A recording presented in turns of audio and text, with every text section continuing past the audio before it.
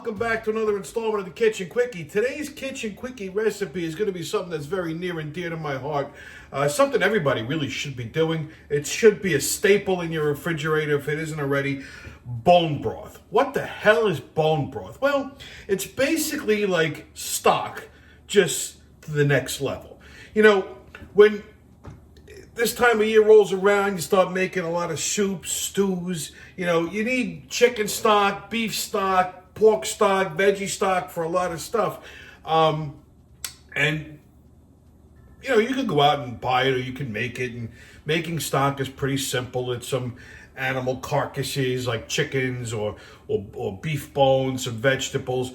See, when you make like beef stock maybe takes 3-4 hours to make, right? It's going to flavor the broth, but you're not getting a lot of nutrients out of it. If you're making bone broth, you're going to simmer this stock a lot longer and at a lower temperature. And what it does is it extrapolates all the collagen and all the iron from the bone marrow and from the bones itself. And what that is a superfood. This is power, baby. It's liquid protein. This is good for your joints, your muscles, your skin. It really does replenish the body. A couple of years ago it was all the rage. People just drink this shit. Like, I drink it like it's tea. You know, it's basically beef tea. And it's really, really simple to make, and that's what we're going to do today. I'm going to show you guys how to make bone broth. And you could use this in place of any kind of beef stock, for soups, stews, gravies, you name it. You could do this with basically any kind of animal carcass. You could do it with pork bones, lamb bones, chicken. But today's bone broth is going to be the traditional beef stock. So first, you need beef bones. I can't fucking believe how expensive cow bones have gotten. When I was a kid, you used to go to the butcher, they used to just give you this shit. Or like maybe charge you $1 or something. I remember my grandmother would make big pots of this stuff. So I went to Eastern Meats and I got about 4 pounds of beef bones here. $10. Can you imagine? Bidenomics. Fucking crazy. You're going to need your beef bones. You're going to need some aromatics. You're going to need some carrots, celery, onions, some garlic. For seasoning, you don't want to go too crazy here. We're not putting a lot of salt in this, okay? Reason being is because if you're going to use it for like other recipes, you're going to salt it then. So I don't put a lot of salt in this, just enough to just start to pull the juices out of the aromatics, but not enough that it's going to like really overly flavor this. So typically, like if I'm going to drink it, I'll add a little salt to it. But if I'm going to use it for stocks and soups and things like that, I season it as I go. So you don't want a lot of seasoning. A little pinch of salt, handful of peppercorns, a couple of bay leaves, and some apple cider vinegar, and that's it. So let's get cracking. What you're going to need is a crock pot. Now this is a quick recipe, but it takes a long time. So you take your crock pot, you're going to take your beef bones, and you're just going to drop them right in the bottom here. Nothing crazy. Just 1, 2, and 3. And any like little like shards of meat, throw that in there too, because it's just going to add flavor. All right. Next, you're going to need your aromatics. So what I'm going to use is some carrots and celery. Okay. Just happen to have some here. And you don't have to go too crazy with this. You just want a quick chop on it. Okay. Oh, before you do that, you want to add your apple cider vinegar. 2 capfuls of apple cider vinegar. Why are we adding apple cider vinegar? Well, what it does is it... Come on, lay down flat in there. What it does is the acid helps pull all the collagen out of the bones. So we don't use a lot of it, just 2 capfuls, like I said. Just 1. And it's also going to balance this out. It's going to cut through some of the richness of it too. And just 2. Very simple, just like that. Okay, and now we're going to add our vegetables. So I got some carrots here, all right, and just 1 quick chop like that. Add your carrots in. Okay, celery, same thing. Okay, 1 quick chop like that. Then we're gonna add our celery. Next, we need a couple cloves of garlic. So, I mean, as much garlic as you like. I got like 5, 6, 7 cloves here. Just give them a little ground and pound. All right. So I just like to, you know, just like this. Now you don't have to get crazy because we're gonna strain this out anyway. So, you know, if you get a couple of garlic peels in there, don't freak out. All right, just nice and simple. That's why it's a Kitchen Quickie episode. Nothing crazy here. All right.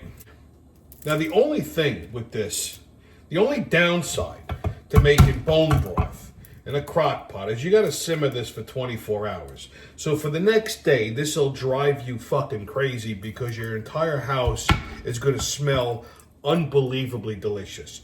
You're going to be ravaged with hunger for the next 24 hours. Like when I'm sleeping, I smell this cooking and it makes me crazy, but not necessarily in a bad way. So we got our garlic in there. All right, now you want an onion. Just one quick little onion. Okay, so I'm just gonna cut this in half and peel it. Okay, so we got our onion peeled. Just gonna give it a little chop, take the ends off like that. Okay, and just, there you go. And you don't have to go crazy with this because like I said, we're gonna strain this out anyways. So just a rough chop on everything. Get all the little bits and pieces in there. All right. Don't be bashful. So I just like to just chunk it all in there like that. Okay. You could use whatever onion you want. I just had a Vidalia here, so I'm using that. Normally I would probably just use something simple like a white onion. Okay, but no big deal. Now that we got our aromatics in there, we're going to add a little pinch of salt. Like I said, it's going to help sweat the vegetables out a little bit. So nothing crazy, just about a good little pinch like that, and that's it, okay? We're going to put a handful of peppercorns in here, okay, just to give it a little something. Peppercorns add a nice little fruity balance, so nothing nuts, like maybe like a teaspoon, all right? And like I said, we're going to strain that out anyhow. Now, you need water. Okay, so a couple cups of water, just enough to fill this up, all right? You want to figure maybe like 4 to 6 cups of water. And there you go, you get the water filled up right to the top. Now, to that we're going to add a couple of bay leaves, all right? This is going to give it some vitamin C. It's going to give it a nice aroma. And then we just put the lid on it.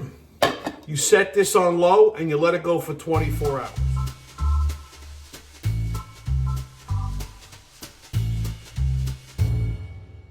Okay, so 24 hours have gone by. Our bone broth has just been simmering along. We're all ready to go here. So it's all finished. Like I said, it just smells unbelievable in here. So for the last 24 hours, this thing's been driving me crazy with that. So we just turned our crock pot off and now we just got to get ready to strain. So we fished out our bay leaves. We don't want those. And now what you want to do is you want to fish out all these vegetables. Now, don't throw these out, okay? Usually what I like to do with these is I stick them in a blender and I puree them. And that's your base now for any kind of stews or gravies or sauces that you're going to be making. Like, I mean, in other words, so I can basically, I'll blend this up and just turn it into like a sofrito. So here's a quick little tip for when you're making gravy. You take equal parts fat and flour. So for every cup of liquid you want to thicken, use about a tablespoon of fat and a tablespoon of flour. So take like 3 cups of bone broth, 3 tablespoons of pork fat, and 3 tablespoons of flour. You combine the fat and the flour in a pan, and what you want to do is you want to make a roux. So you want to combine the fat and the flour, and you want to slow cook that until it gets the color of basically peanut chocolate.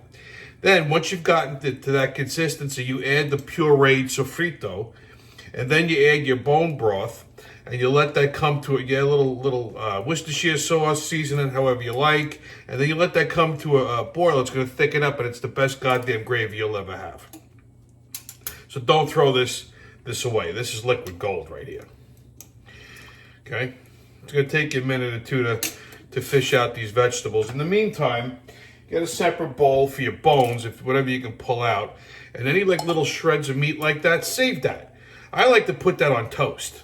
See, I'm not even kidding. Like, I'm gonna peel this bone, and this is, look how nice and clean these bones got. The marrow, all the meat, all the nutrients that are in that bone, that are in those bones, is now in this sauce, in this broth. And this is like I said, man, this is liquid power.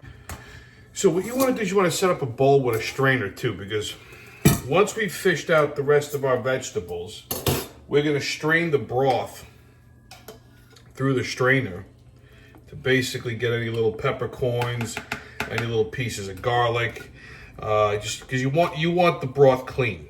Okay, you want nothing else in it but broth, because these vegetables are also infused with that meat too. So, like I said, it's going to give a nice little layer of flavor to any kind of soups and stews that you're making that calls for an mirepoix.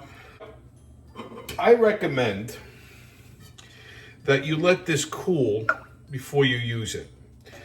Okay.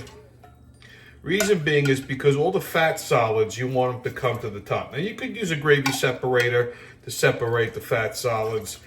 Usually, like I said, what I do is I just put it in a container, let it come to room temperature. I stick it in the fridge, and then by the next day, all the fat solidifies on the top. You just basically just lift it right off and chuck it, and then you have pure, clean broth to work with. Okay, and this is better than any kind of stock in a box that you could buy. Okay, homemade is always the way to go. Now with the holidays coming, Thanksgiving, all that stuff, like I said, it's always good to keep plenty of this on hand. Now, as you can see, it does cook down quite a bit, right? Sometimes you might even have to add more liquid while it's cooking. Check on it from time to time. I had to add like another 2 cups of water because it evaporated down a little bit because I didn't have the lid, perfect on here. So that does happen. It's not the end of the world. Just add more liquid. Okay, so my bone broth is all strained off. See, I poured myself a little mug of it. There's still a little bit of some little fat in there, but nothing to get overly emotional about. Like I said, the best way to get rid of that, let it cool in the fridge. The fat layer will congeal. You can cut it right off. But in the meantime, azalu, to drink up and be somebody. That's been your Kitchen Quickie. Until the next time.